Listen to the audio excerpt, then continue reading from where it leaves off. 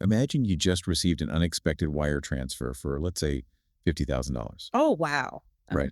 Just stop for a second. I want you to actually feel your immediate physical reaction to that exact scenario. Like what happens in your body. Exactly. Yeah. Are you instantly, running the math on how to invest it for long-term cash flow? Or is there this sudden, almost suffocating tightness in your chest? That intense pressure to just spend it quickly. Yes. Or to pay off a dozen random things, or just hide it away before it inevitably disappears. That visceral reaction you just had, it actually has absolutely nothing to do with math. And well, it has everything to do with a hidden subconscious psychological operating system that is quietly dictating your financial destiny. It really fundamentally changes how we view wealth building, doesn't it? I mean, we spend so much of our lives obsessing over the external mechanics of money. Right, like the stock market trends. Stock markets, interest rates, whatever the latest side hustle is. But we completely ignore the internal machinery that drives literally every single decision we make with a dollar. And we are getting into the absolute core of that machinery today. Welcome to the Deep Dive. Today we're looking at the incredible journey and, honestly, the philosophy of entrepreneur Leila Hormozi. Her story is just wild. It's unbelievable. I mean, she went from being 100 pounds overweight, totally broke, arrested, I think, 6 times. Yeah, 6 times. To building companies that are now worth hundreds of millions, maybe billions of dollars. And her core argument is that this transformation didn't happen because she's like some mythical business unicorn. Right, it wasn't just luck. No. It happened because she actively, intentionally rewired her own brain. She essentially takes these core principles from behavioral psychology and neuroscience, and she just maps them directly onto personal finance. Exactly. She isolates the exact biological and cognitive reasons our brains are hardwired to self-sabotage the second we try to build wealth. Which brings us to our mission for today's deep dive. We're going to break down those underlying limiting beliefs. Because you really need the tools to diagnose your own psychological code, and then rewrite it. Exactly. Because as we go through this, I want you, listening right now, to evaluate your own habits. We are going to hit on some deeply uncomfortable aha moments about why you spend or save or stress the way you do. Oh, absolutely. And to even begin changing those habits, we have to recognize that the rules governing our financial behavior were, well, in almost all cases, they were written for us before we even knew what a dollar bill was. That's the crazy part. Right. We absorb this entire framework through observational learning in our most formative years. And that brings us to this concept of the money script.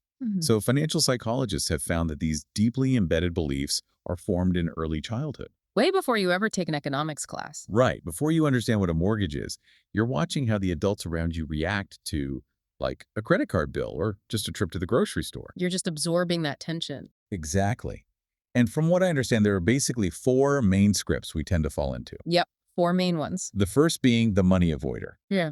This is the subconscious belief that money is inherently bad or greedy and that, well, you simply don't deserve it. And the really sad part is people operating on that avoider script will unconsciously burn their own success to the ground. Wow. Yeah, they carry an immense amount of guilt if they start to accumulate wealth.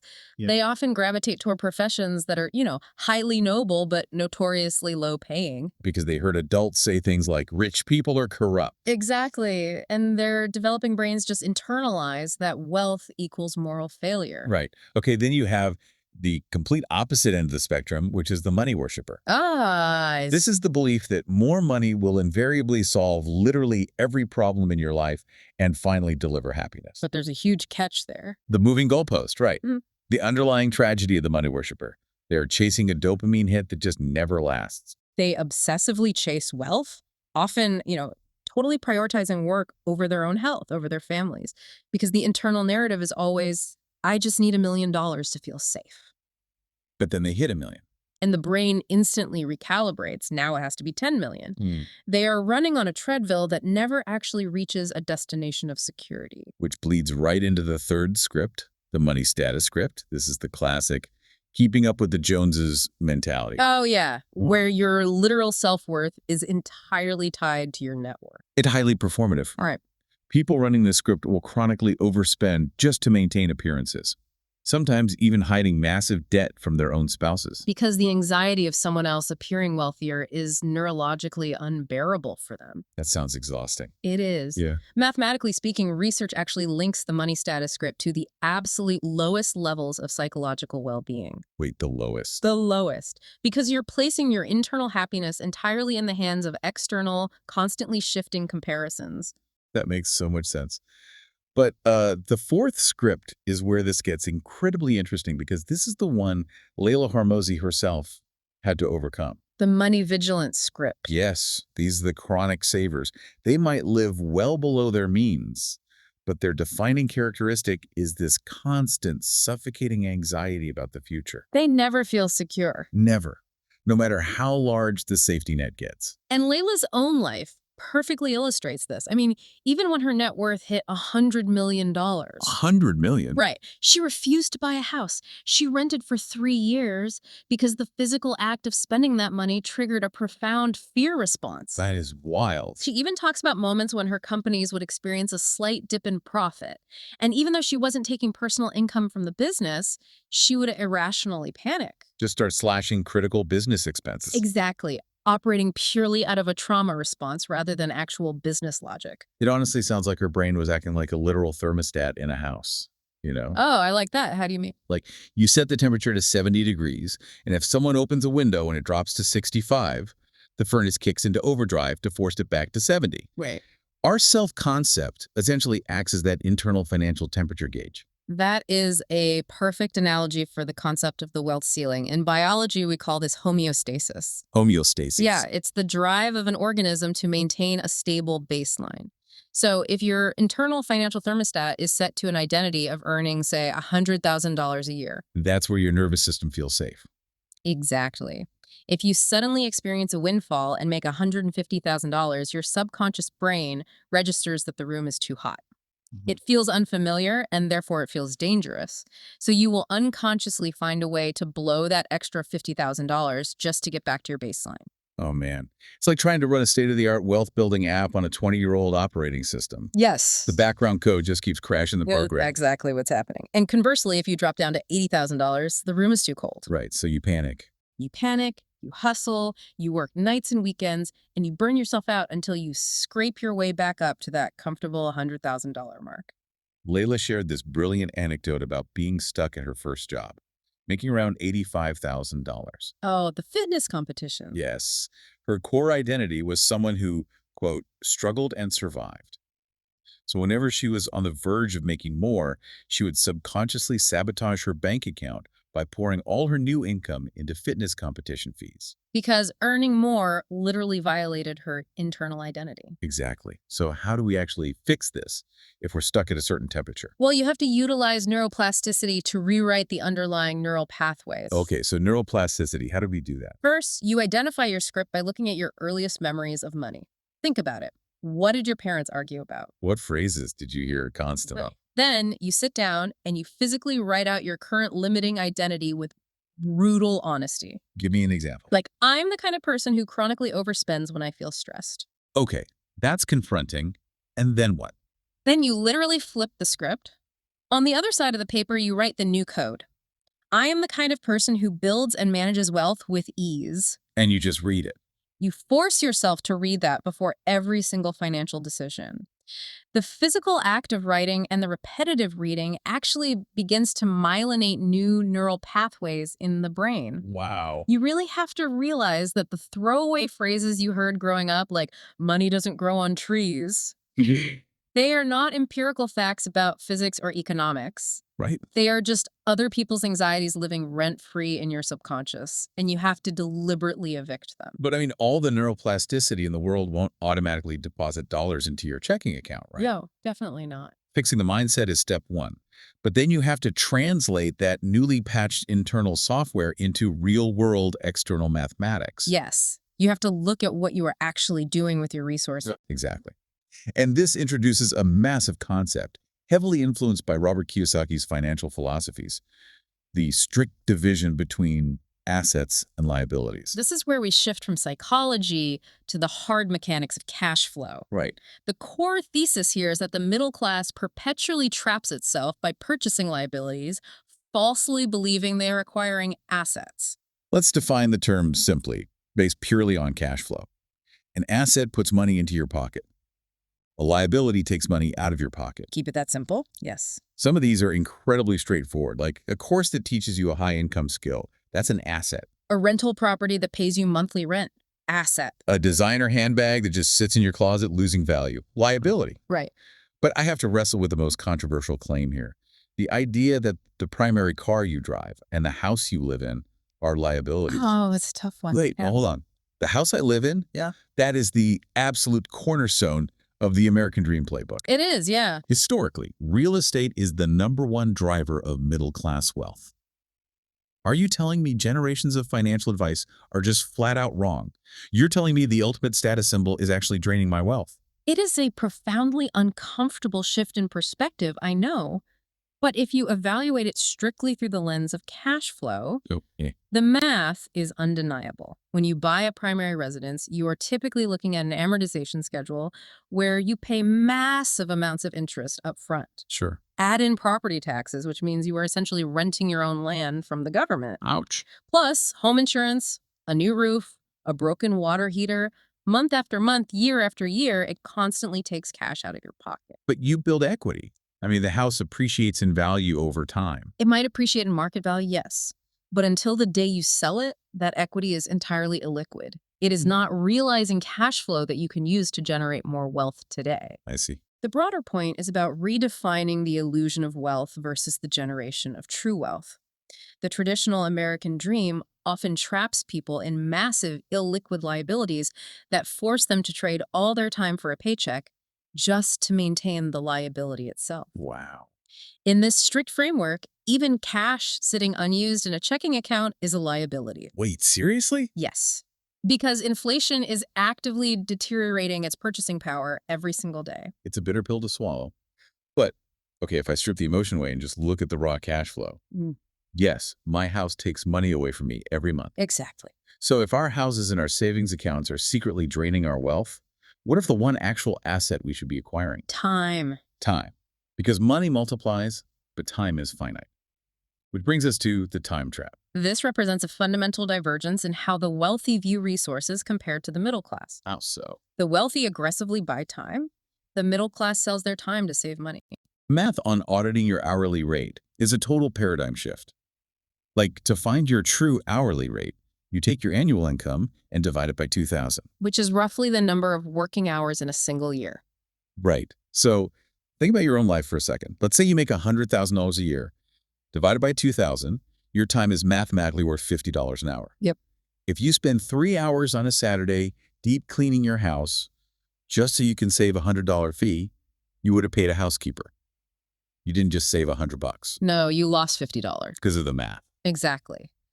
Those 3 hours of your time were worth $150 of your potential earning, resting, or skill-building capacity.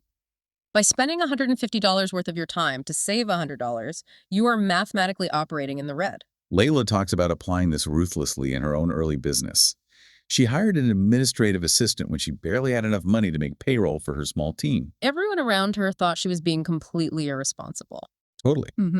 But she knew that if she was bogged down doing $15 an hour administrative tasks, she physically couldn't execute the $1,000 an hour strategic tasks required to grow the business. She understands the concept of leverage. Right. When you buy back your time, you aren't just buying leisure, you're buying the bandwidth to reinvest that time into compounding skills and assets. Like hiring that assistant. Exactly. Oh, and recently an employee of hers realized they had spent 4 entire weeks of accumulated hours just doing basic admin tasks. 4 weeks. Layla was horrified and hired them an assistant immediately because that is the only mathematical way to break the linear connection between your physical labor and your income. Okay, so you fix the internal mindset, you redefine assets and liabilities, and you audit your time. We should all be billionaires by Tuesday, right? If only it were that simple.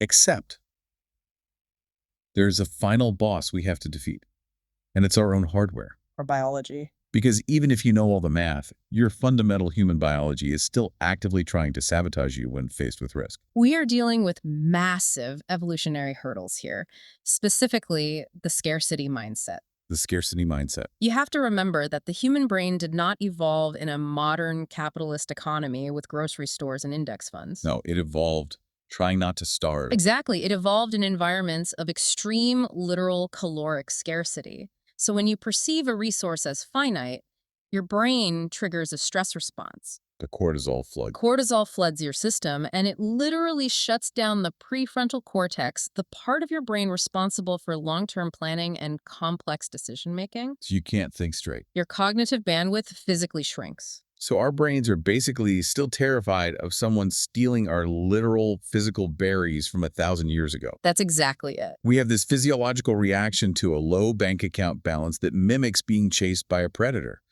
totally ignoring that we now live in an infinite digital supermarket. 1,000 years ago, if your neighbor had all the berries, your family starved. It was a zero-sum game. So when modern humans operate from that deeply ingrained scarcity, we revert to a primitive survival state. We make terrible, short-sighted decisions. Like hoarding cash. We hoard cash instead of investing it. We view every competitor as a lethal threat.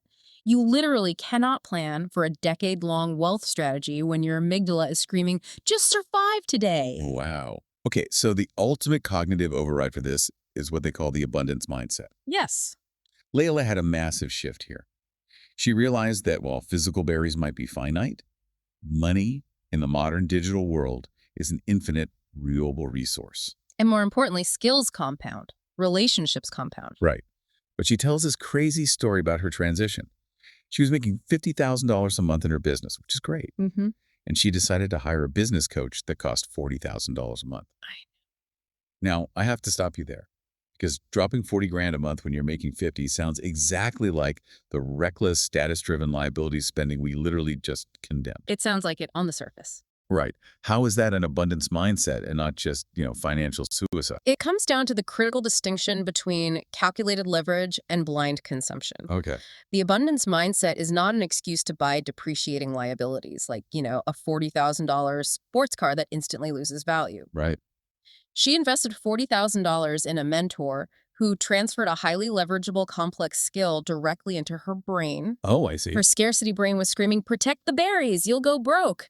But her abundance brain understood that investing in her own capability would exponentially expand the pie. Because it's an asset. Exactly. And that specific skill allowed her to scale and eventually sell her company for tens of millions of dollars. But taking that calculated risk requires overcoming the final and maybe most deeply wired glitch in our psychology, loss aversion. Yes, loss aversion is rooted in the Nobel Prize-winning behavioral economics research of Daniel Kahneman and Amos Tversky. What did they find? They proved biologically that human beings do not process gains and losses rationally. The psychological pain your brain registers from losing $100 is twice as powerful as the pleasure it registers from gaining $100. Twice as powerful. Twice. Losing feels twice as bad as winning feels good. That is a massive evolutionary glitch when it comes to investing. It is a glitch that dictates entire global economies, honestly.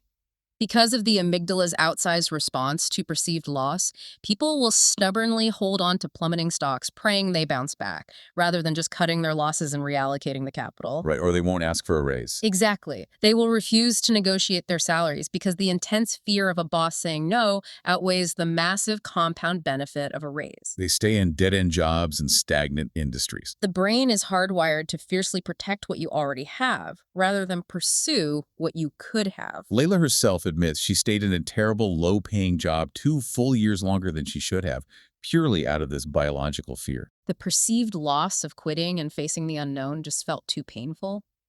So how do we hack this? I mean, how do we beat our own evolutionary biology when things inevitably go wrong?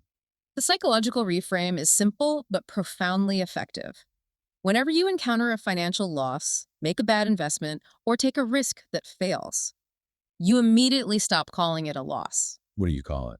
You reframe it entirely as tuition. Tuition. Yes. It's like you are paying for an education. Exactly. Layla recently had a major business deal go sideways because of poorly defined contract terms, and it cost her $3 million. $3 million. But she didn't spiral into a scarcity panic. She publicly stated, I just paid $3 million to learn a vital lesson about contract definitions, and I would gladly pay it again. Wow. It changes your entire frequency. You go from the defensive posture of, I can't afford this mistake, to the inquisitive, expansive posture of, what did I just buy with this mistake? You are telling your nervous system that the resource wasn't destroyed, it was simply converted into a different, more durable asset. Knowledge. Knowledge. This has been an incredibly dense, paradigm-shifting deep dive. Let's just recap the journey we've just been on. Yeah, we covered a lot. We started by digging up the roots, unearthing those hidden childhood money scripts. Right, whether you're an avoider running on guilt, a worshiper chasing a moving goalpost, A status seeker, trapped in comparison, or vigilant and suffocating from anxiety. We talked about utilizing neuroplasticity to fix your internal wealth thermostat, so you stop self-sabotaging when you hit your baseline. and from there we mapped that new mindset onto practical mechanics.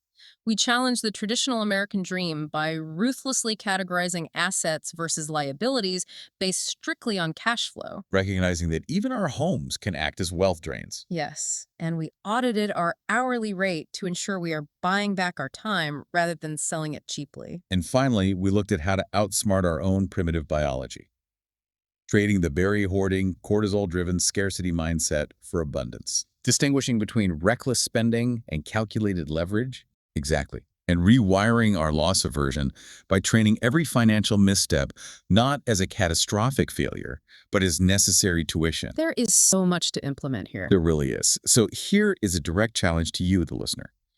Pick just one of these cognitive shifts to practice this week. Just one. Calculate your true hourly rate, or sit down with a piece of paper and write out your new money script. And as you do that, I'd like to leave you with one final thought to consider. Okay, what is it? We spent a lot of time today discussing how our earliest childhood observations of the adults around us dictated our current financial thermostats. Right. If observational learning is that powerful, think of the everyday financial comments we're making out loud today. Oh, man. When you casually complain at the kitchen table about the price of groceries, or when you audibly sigh and stress over an unexpected bill, what kind of money script are you unconsciously writing right now in real time for the kids or the people around you who are watching your every move? That is a heavy, but incredibly necessary question. We spend so much time trying to patch and update our own broken 20-year-old psychological operating systems, we have to make sure we aren't accidentally downloading that exact same buggy code into the next generation. Exactly. It's time to rewrite the code. Thanks for taking this deep dive with us. We'll see you next time.